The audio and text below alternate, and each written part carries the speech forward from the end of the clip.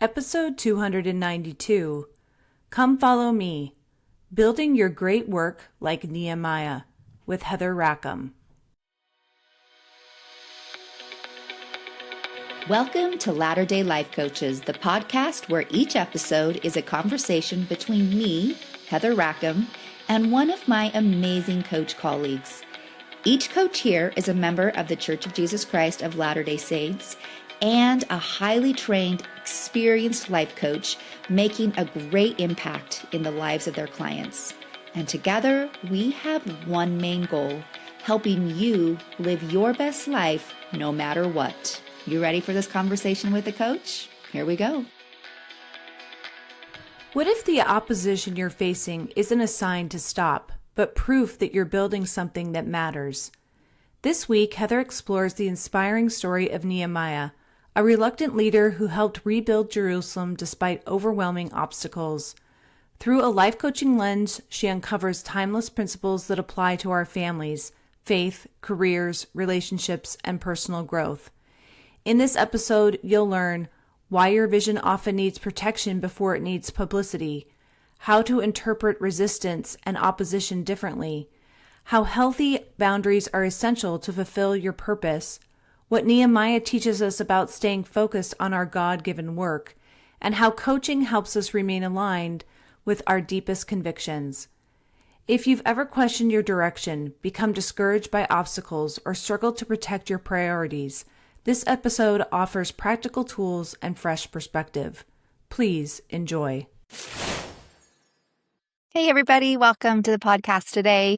You got me solo again. It's a busy summer for everybody, and so I'm getting to record by myself. Excited for this conversation today. Today we are where are we in scriptures? We're in Ezra and in Nehemiah. Once again, just as a reminder, this is our Come Follow Me series. We're kind of seeing how we like it, how everybody else likes it. And remember that we are not scriptorians necessarily around here, though we read scripture and we're involved in scripture, but we're really good life coaches. And so we kind of like to look at the scriptures through that angle and then bring our insights to you guys. So, all right, we're in Nehemiah. I'll give you or Ezra and Nehemiah, but we're going to focus more on Nehemiah today.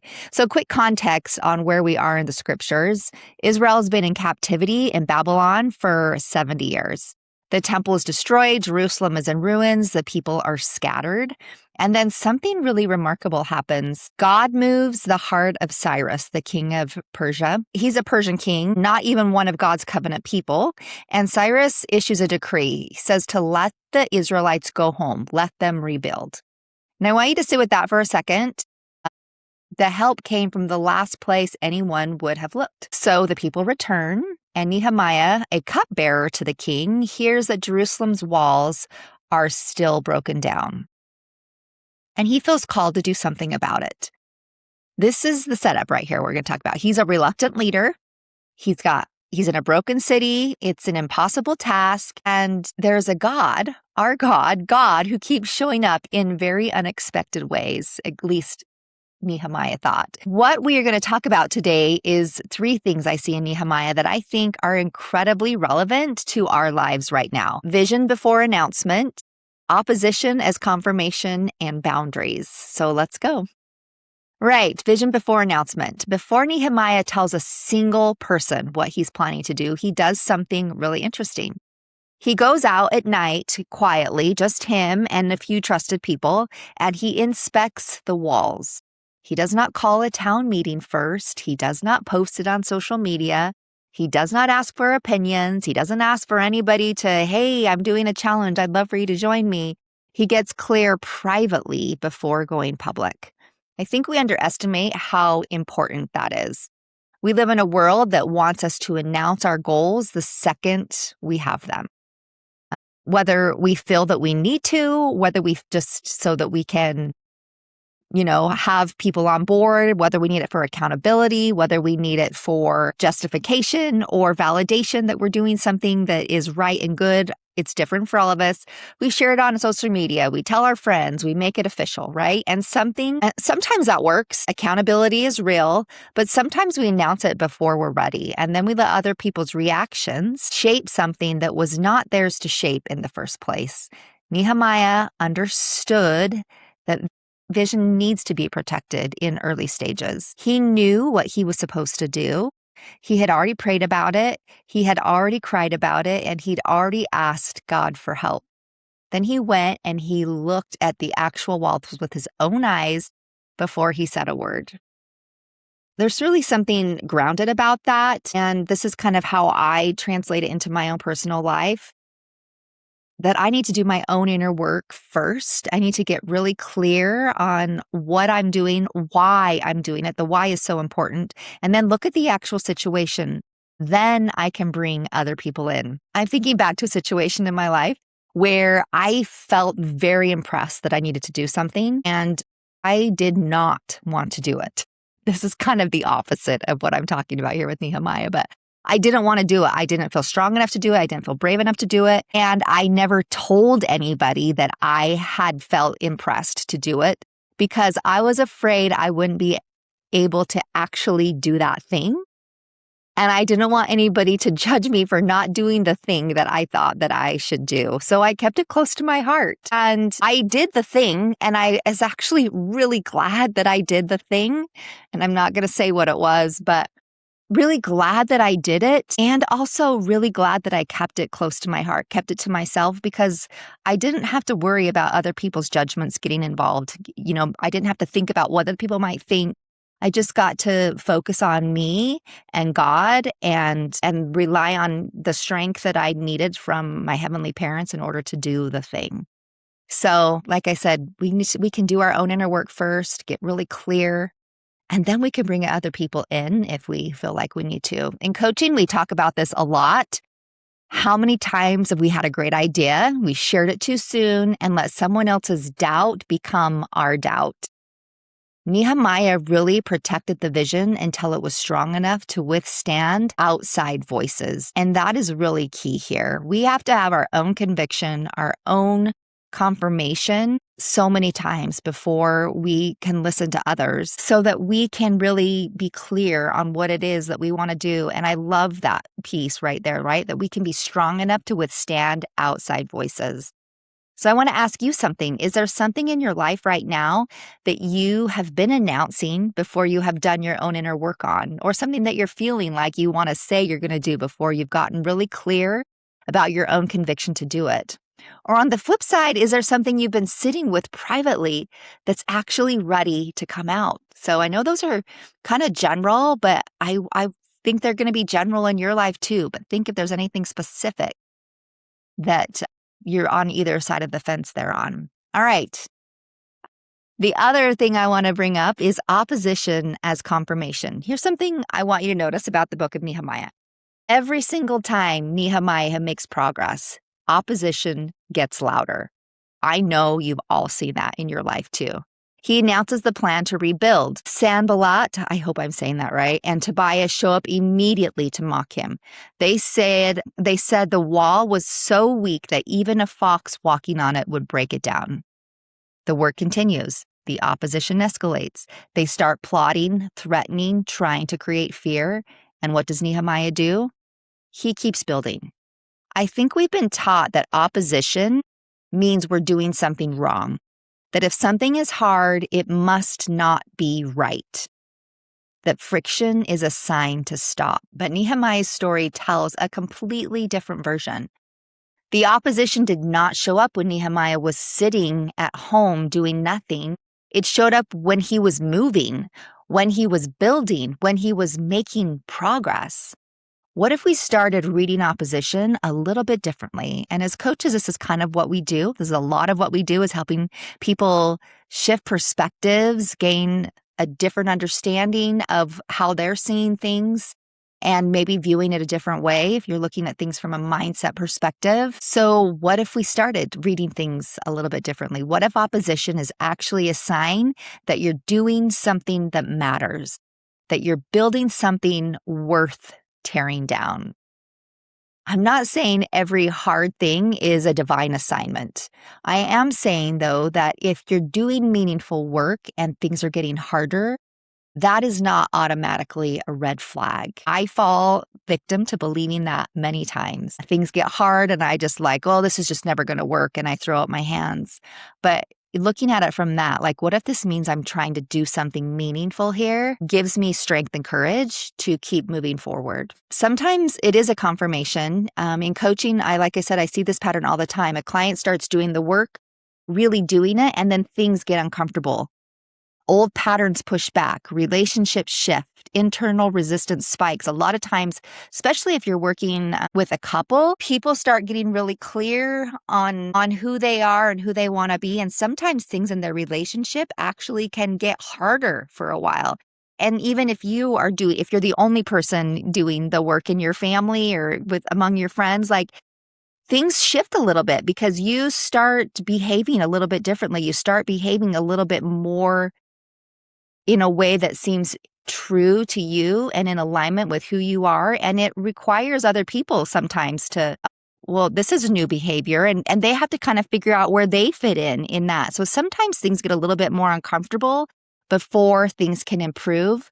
But I have seen that uncomfortableness is always well worth it. There's always something better on the other end. And it might not be what you expected. It might be the end of a relationship. It might be the beginning of that same relationship being even better than it possibly could have been. But discomfort is usually a gateway to something really good, if you can be clear on it. And I think having an outside source, a coach or a trusted friend, look at something with you is really helpful in understanding if that discomfort is valuable or not. Sometimes what looks like things falling apart is actually things just rearranging. Nehemiah had every reason to quit, right? The opposition was real. The threats were real.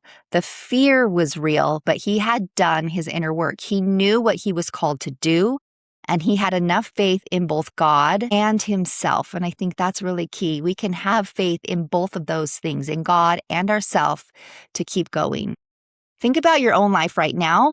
Where is opposition showing up for you? And what if instead of that being a stop sign, it's actually a green light to keep going, that you're on the right path? All right. My third point here, this is my favorite part about Nehemiah. By chapter 6, the wall is almost done. Nehemiah and his people have been building and fighting off opposition at the same time. They worked with tools in one hand and weapons in the other, basically. And then Sanballat and his crew try one more thing. They send a message to Nehemiah that says, "Come meet us, let's talk." Nehemiah's response is one of my most favorite lines in all scriptures. "I'm doing a great work so that I cannot come down." I'm going to say that one more time. I'm doing a great work and I cannot come down. They sent the message 4 times. 4 times. And 4 times Nehemiah said the same thing. No, I cannot come down. This isn't anger. This is not aggression. This is not a dramatic speech. It's just calm and clear. It's clarity on Nehemiah's part. It's, I know what I'm doing, I know why I'm doing it, and I'm not leaving it to come deal with your agenda, with what you might want me to do. Can we talk about how countercultural that is? We are trained from childhood to respond when someone calls us, to justify ourselves, to explain, to show up when we're summoned. Nehemiah does not do any of that. He does not even explain why he will not come down. He just states the truth. I'm doing a great work. There's so much in that phrase I want to pull apart. First, he knows it's a great work. He's not second-guessing the work. He's not wondering if it matters. He's done his inner work, like we talked about in the first thing that I mentioned today.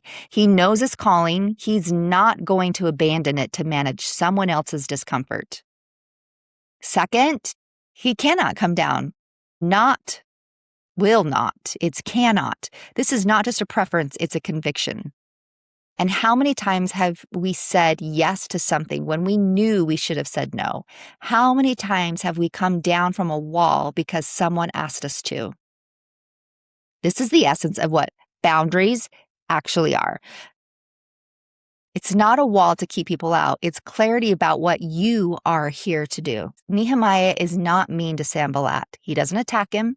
He just knows what he's building and he stays with it. I want to ask you something now, really honest. What is your great work right now? And who keeps asking you to come down from it? And when I ask that, sometimes when I say, what is your great work? Some people think I'm not working on anything great right now. I'm not doing anything grand. And our great work can be even the basic things that we're doing day to day. Our great work could be checking in on friends. It could be checking in on family. It could be sending a quick, I'm thinking about you text, or what can I know you need something. This is what I'm going to do. Our great work can be just the small and simple things that we're doing every day. Our great work can be living our life, doing the things that we feel called to do. And it doesn't have to be something grand and large. It can be the every small minute, day-to-day things that we do. And I want to know who keeps asking you to come down from it. It might be a person. It might be a habit. It might be your own fear of people-pleasing tendencies. But what would it look like to say, not out loud necessarily, but in your own heart, I'm doing a great work and I cannot come down? I want to leave you with a few questions to sit with this week. 1, is there a vision you're carrying that you have shared too soon, or maybe not protected enough? What does it need from you right now? 2, where is opposition showing up in your life right now? And what if you reframed it as confirmation instead of a stop sign?